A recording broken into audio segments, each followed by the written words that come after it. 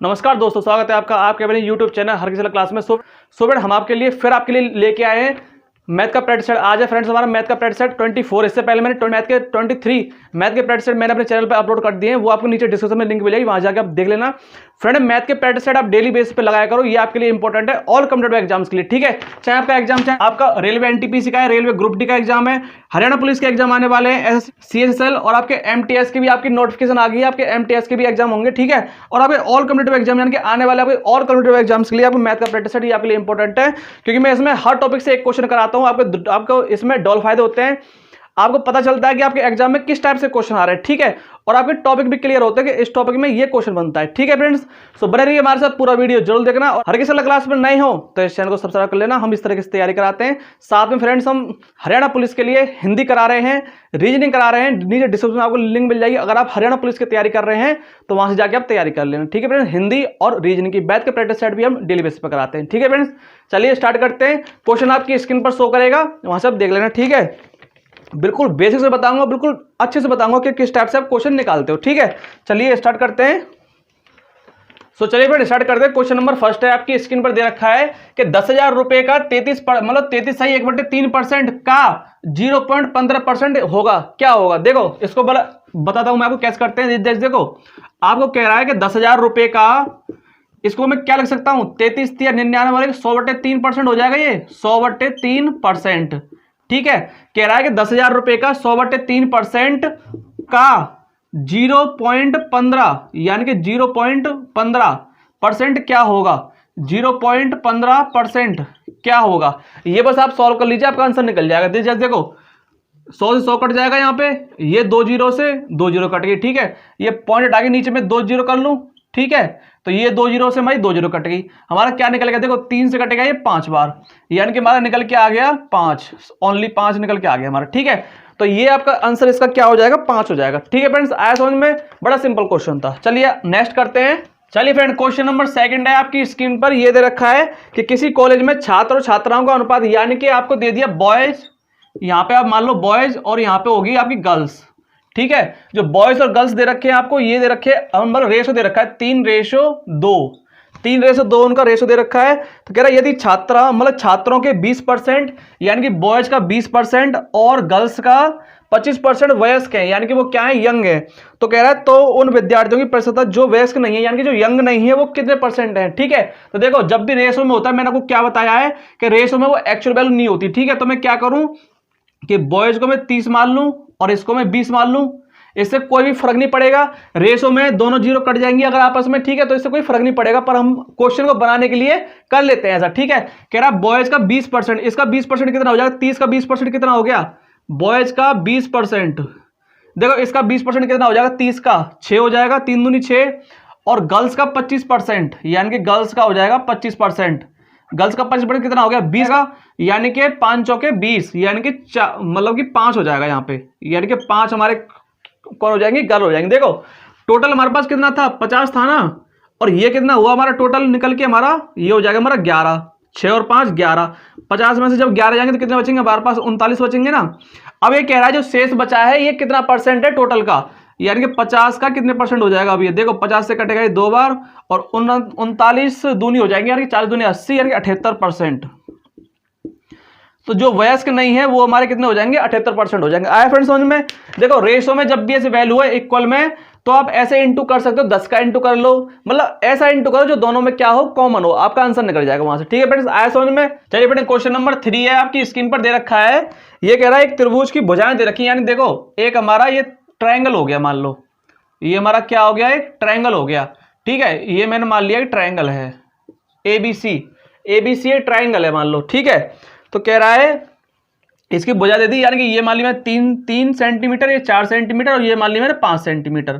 ठीक है, तो देखो अगर आपको थोड़ा दिख रहा हो, ये हमारा क्या बन गया, ये हमारा 90 डिग्री बन गया। देखो एक ये हमारा क्या बन गया, 90 डिग्री बन गया, क्योंकि ये हमारा हाइपोटेनस 5 होता है, तो ये 3 ये 4 ये तो होता है हमारा, तो ये हमारा क्या बन गया, ये हमारा 90 डिग्री बन गया। ठीक है, यहां से आप इतना समझ सकते हो। ठीक है, जब आपको ये ऐसे मतलब कि जो आपको वैल्यू दे रखी है 3 4 5, ये हमारा 90 डिग्री में बन जाता है। ठीक है, कह रहा है कि इस त्रिभुज की भुजाओं के मध्य बिंदु को मिलाने से बने त्रिभुज का क्षेत्रफल क्या होगा, यानी कि त्रिभुज की मीडियन है, यानी कि जो इनकी साइड्स हैं उनको मीडियन है जो इनकी, यानी कि मीडियंस को मिलाने से जो त्रिभुज बनेगा, जो मीडियंस को मिलाने से जो त्रिभुज बनेगा, इसका एरिया क्या होगा। अब इसका बताना है इसका एरिया क्या होगा, इसका एरिया क्या होगा। ठीक है, पहले हम निकालेंगे पूरे वाले का एरिया निकालेंगे। यानी देखो पूरे वाले का एरिया कितना हो जाएगा, हाफ बेस इंटू में हाइट, 2 से कटेगा ये 2 बार 3 दूनी 6, यानी कि पूरे जो मतलब कि पूरा जो आपको ट्रायंगल है उसका जो एरिया निकल के आया वो निकल के आया हमारे पास 6, जो इसका एरिया निकल के आया वो निकल के आया हमारे पास 6। ठीक है, आपको बताना है कि जो मीडियन से बना जो ट्रायंगल है उसका एरिया क्या होगा। ठीक है, तो देखो जब भी आपको तीनों साइड्स की मीडियन मिलके जो ट्रायंगल बनाती है ये क्या करती हैं, ये बराबर पार्ट में उसको एरिया को डिवाइड कर देती हैं। ठीक है, तो इसमें देखो कितने एरिया बन गए, 1 2 3 और 4 बन गए ना ट्रायंगल। तो हमारा टोटल एरिया कितना था, 6 था। जब 6 को आप 4 से डिवाइड दोगे तो इसका जो एरिया निकल के आएगा वो निकल के आएगा 3/2। इसका जो एरिया निकल के आया वो निकल के आया 3/2। ये आपका आंसर हो जाएगा। ठीक है, हमेशा ध्यान रखना कि ट्रायंगल की जो मीडियंस होती हैं वो ट्रायंगल को क्या करती हैं, बराबर पार्ट में क्या करती हैं, डिवाइड करती हैं। ठीक है फ्रेंड्स, आया समझ में। चलिए नेक्स्ट क्वेश्चन। चलिए फ्रेंड क्वेश्चन नंबर 4 है, ये आपका टाइम एंड डिस्टेंस का क्वेश्चन आ गया। कह रहा है 1200 मीटर लंबे किसी पुल के दोनों ओर दो व्यक्ति खड़े हुए हैं। यानी देखो एक पुल हमारा ये मान लिया और एक पुल मैन मान लिया ये। ठीक है, यहाँ पे एक मैन खड़ा है, ठीक है, और यहाँ पे भी एक मैन खड़ा है। ठीक है, और इन टोटल डिस्टेंस दे दिया आपको 1200 मीटर में दे रखा है। ठीक है, 1200 मीटर में दे रखा है आपको डिस्टेंस टोटल। ठीक है, कह रहा है कि जो यदि वे एक दूसरे की ओर 5 मीटर पर मिनट, यानी कि ये जा रहा है 5 मीटर पर मिनट,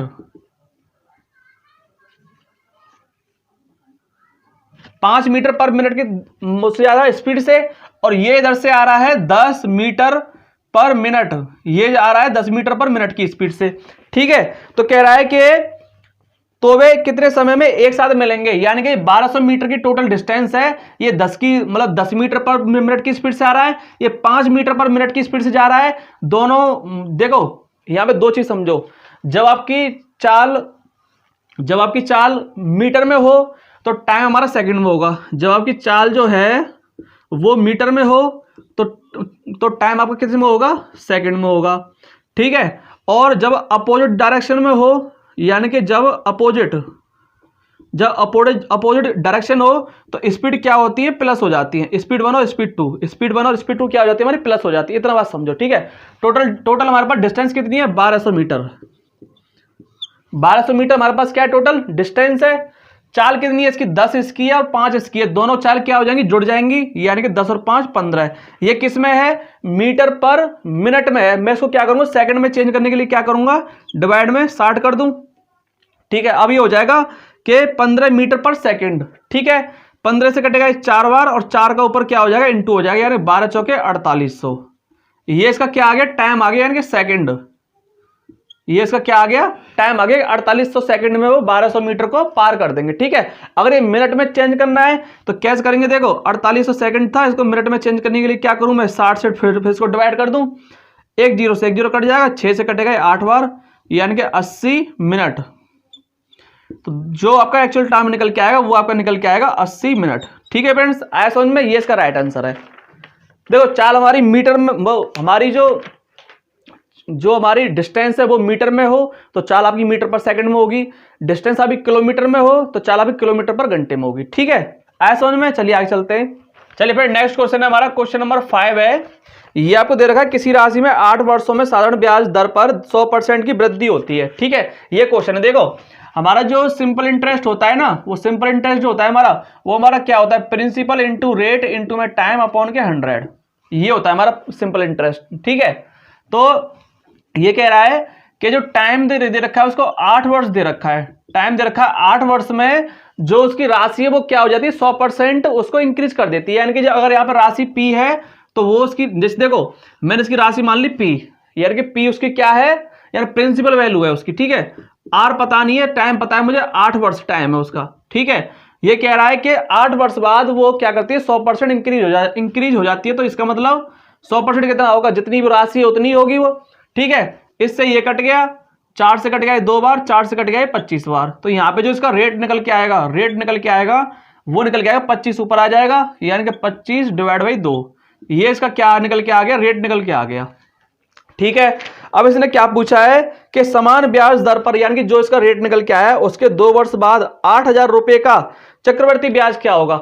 8,000 रुपए का चक्रवर्ती ब्याज क्या होगा। ठीक है, देखो इसके दो तरीके होते हैं निकालने के, चक्रवर्ती ब्याज निकालने के लिए। या तो आप ऐसे कर लो कि जैसे आपको दे रखा हो अमाउंट P1 प्लस के R अपॉन के 100 और इसका 2 वर्ष के लिए दे रखा है, इसमें से आप माइनस P कर दोगे। ठीक है, देखो जो ये आपका अमाउंट निकल के आएगा, सॉरी ये आपका निकल जाएगा अमाउंट यहां से। ठीक है, फिर आप अमाउंट में से P माइनस कर देना, वो आपका क्या निकल जाएगा, कंपाउंड इंटरेस्ट निकल जाएगा वो आपका। ठीक है, वो आपका क्या निकल जाएगा, कंपाउंड इंटरेस्ट निकल जाएगा। एक तरीका तो ये है इसका। ठीक है, एक तरीका ये है कि हम आपने पढ़े हो तो इसको हम क्या करते हैं, रेशो में बांट लेते। जब आपको 2 वर्ष के लिए पूछे 2 वर्ष का कंपाउंड इंटरेस्ट यानी कि चक्रवर्ती ब्याज, तो उसके लिए हमारा रेशो होता है 2:1। ठीक है, देखो कैसे करते हैं, हमारा टोटल हमारा प्रिंसिपल कितना था, हमारा 8,000 रुपए दे रखा है ना, इसका प्रिंसिपल वैल्यू दे रखा है आपको 8,000 रुपए। 8,000 रुपए का 25/2%। ठीक है, 2 जीरो से 2 जीरो कट गया, 2 से कट गए 4 बार 40, 25 चौके 100, यानी कि 1,000 रुपए। 1,000 निकल के आया, इसको 2 से इंटू कर दो। ठीक है, फिर जो 1,000 है ना, इसको फिर इसका 25/2% निकाल लो।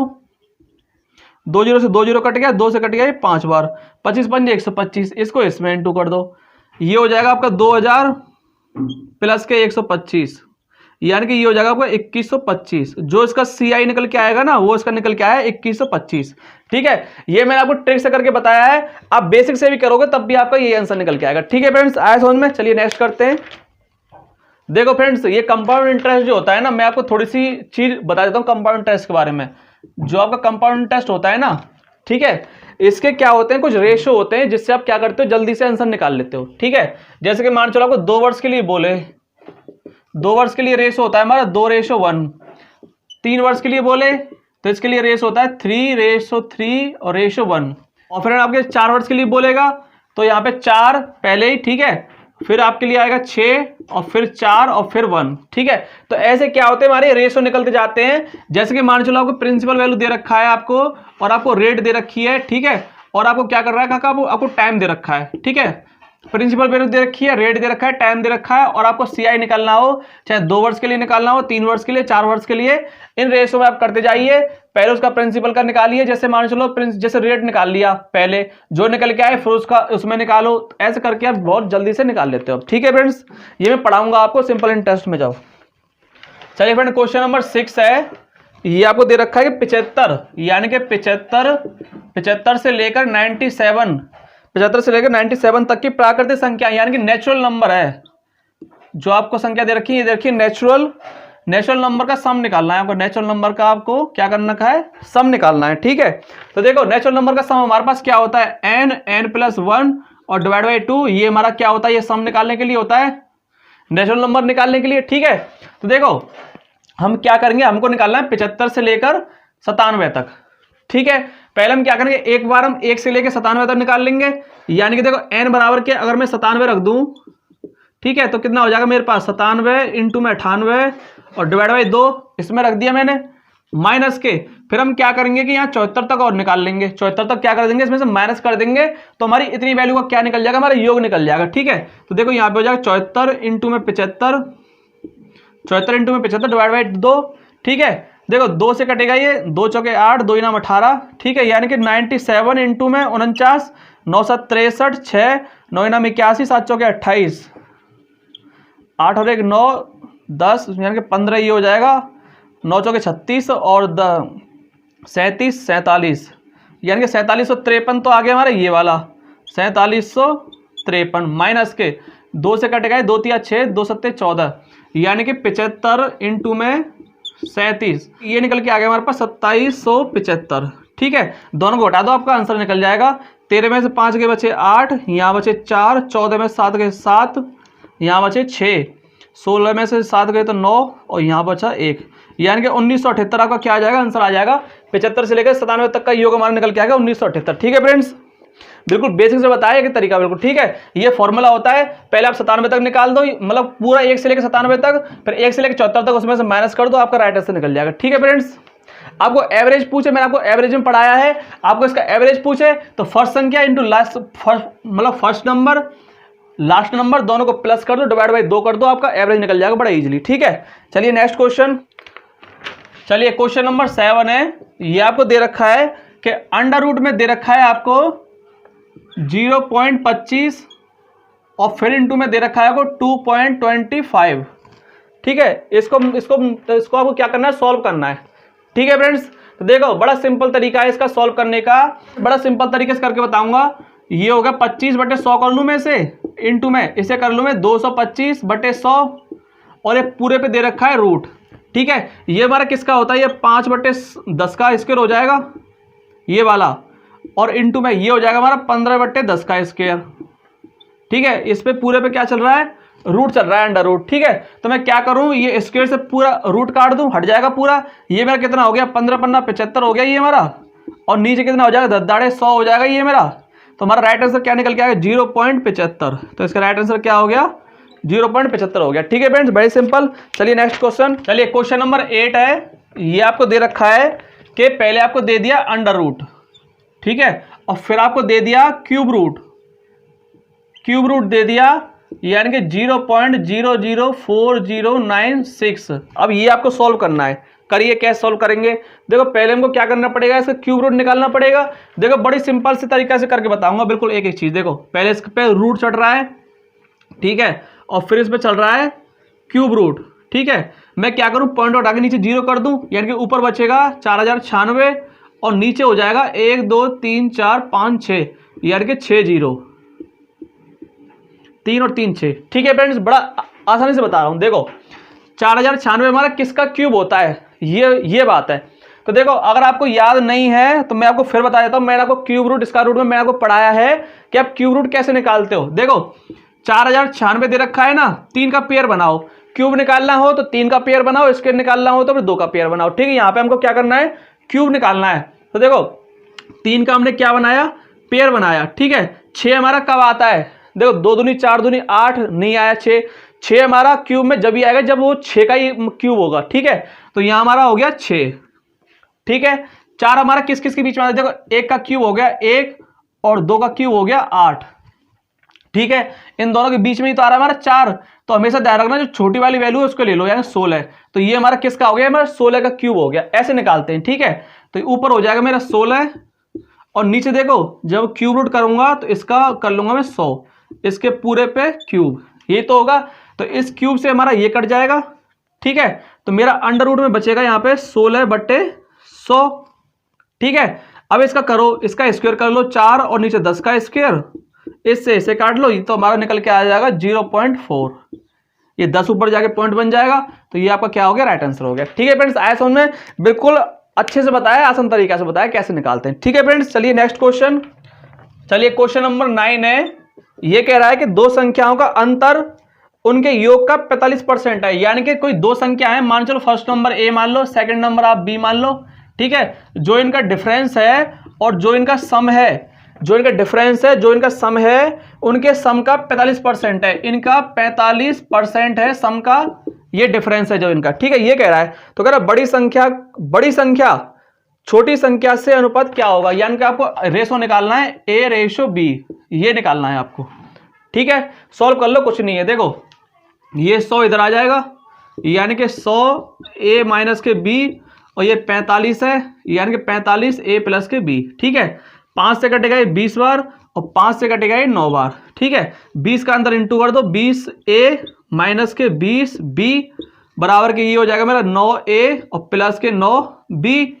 ठीक है, ये प्लस का इधर आके माइनस हो जाएगा, तो ये हो जाएगा 11 A बराबर के ये माइनस का हो जाएगा प्लस हो जाएगा, तो 20 और 9 ये हो जाएंगे हमारे पास 29 B। ठीक है, तो मैंने आपको रेशियो और प्रपोर्शन पढ़ाया है, वहां से अगर देख आपको नीचे डिस्क्रिप्शन लिंक मिल जाएगी कि A के सामने A की वैल्यू और B के सामने B की वैल्यू। ठीक है, तो हमारा यहां से निकल जाएगा A/B, निकल जाएगा मेरा 29 रेशो कितना है 11, 29/11। तो इसका राइट आंसर आपका निकल जाएगा 29/11। ठीक है फ्रेंड्स, आया समझ में। चलिए नेक्स्ट क्वेश्चन, क्वेश्चन नंबर 10 है, ये आपका टाइम एंड वर्क का क्वेश्चन है। कह रहा है किसी कार्य को पूरा करने में A B से 50% अधिक समय लेता है, यानी कि A है और B है। ठीक है, यानी कि टाइम का दे रखा है इसने, यानी कि ये दे रखा है इनका टाइम का रेशो दे रखा है कि ए जो है वो बी से 50% अधिक समय लेता है। मैंने मान लिया कि ए जो है अगर वो 100 समय लेता है, नहीं, ए जो है वो बी से 50% अधिक लेता है ना, तो बी अगर 100 समय लेता है तो ए लेगा हमारा 150 समय। ऐसे मानो आप रेशो निकालने के लिए। ठीक है फ्रेंड्स, ठीक है, रेशो निकालने के लिए क्या किया कि मैंने 100 मान लिया, कह रहा है कि बी से 50% अधिक लेता है ए। ठीक है, तो यहां, ठीक है, अब इनको काट लो। देखो 50 से कटेगा 3 बार, रेशो 50 से कटेगा 2 बार, ये इनका टाइम का रेशो निकल गया। ठीक है, यानी कि ए जो है वो 3 दिन लेता है, बी 2 दिन लेता है, ऐसे मान लो इनको। ठीक है, तो हमेशा ध्यान रखना टाइम का रेशो इनवर्स होता है वर्क के रेशो से, यानी कि जैसे मान चलो ये टाइम का रेशो है, अगर मुझे इनका वर्क का रेशो निकालना हो तो ये निकल जाएगा 2:3। ठीक है, यानी कि इनकी कार्य क्षमता कि ए जो है वो एक दिन में 2 काम करेगा, बी जो है वो एक दिन में 3 काम करेगा। 3 दूनी 6, 3 दूनी 6, टोटल काम आ गया हमारे पास 6 निकल के। ठीक है, कह रहा है कि यदि वे मिलकर उस काम को 18 दिन में पूरा करें। देखो ए कर रहा है एक दिन में 2 काम और बी कर रहा है एक दिन में 3 काम, टोटल काम कितना कर रहे हैं, एक दिन में 5 काम कर रहे हैं एक दिन में। वे मिलकर दोनों मिलकर 18 दिन काम करते हैं, तो 18 पंजे 90, टोटल काम निकल के आ गया आपके पास 90 काम। तो कह रहा है कि तो बी अकेला उसे कितने समय में पूरा करेगा, बी अकेला उसे कितने समय में पूरा करेगा। देखो बी जो है वो एक दिन में 3 काम कर रहा है, भाई काम का रेशो निकाला ना मैंने उनका। ए जो है, बी जो है वो एक दिन में 3 काम कर रहा है, तो 90 काम करने में कितना टाइम लेगा, 90 बड़ा बटे 3, 3 से कट गए 30 बार, तो यानी कि 30 डेज लेगा वो बी जो है। इसका राइट आंसर निकल के आ गया। ठीक है फ्रेंड्स, आया समझ में?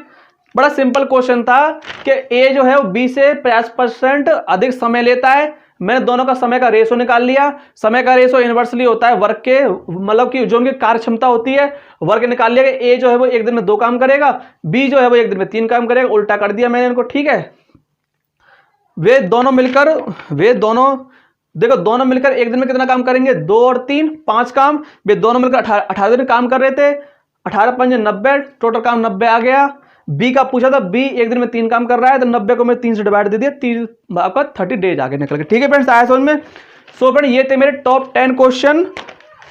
ये थे टॉप 10 क्वेश्चन। ठीक है, जो आपके ऑल कॉम्पिटिटिव एग्जाम्स के लिए इंपॉर्टेंट है। मैं गारंटी लेता हूं कि इसी टाइप से क्वेश्चन आते हैं, चाहे आपका एग्जाम रेलवे का है, एसएससी का है, हरियाणा पुलिस का है, यूपी पुलिस का है, एसएसजीडी का है। ठीक है, कोई सा भी एग्जाम हो इस टाइप से क्वेश्चन आते हैं, क्योंकि मैं इसमें से हर टॉपिक से एक क्वेश्चन छाट के लेता हूं, वही क्वेश्चन कराता हूं जिस टाइप से आपके क्वेश्चन बनते हैं हमेशा। ठीक है फ्रेंड्स, सो आज के लिए इतना ही। वीडियो पसंद आया और अपने फ्रेंड्स के साथ शेयर करना, लाइक करना, शेयर करना, कमेंट्स करना। हर किसी क्लास पर नए हो तो इस चैनल को सब्सक्राइब कर लेना। हम इस तरीके से तैयारी कराते हैं बड़ी इजीली, बड़ी आसान तरीके से। ठीक है फ्रेंड्स, तो आज के लिए इतना ही। जय हिंद।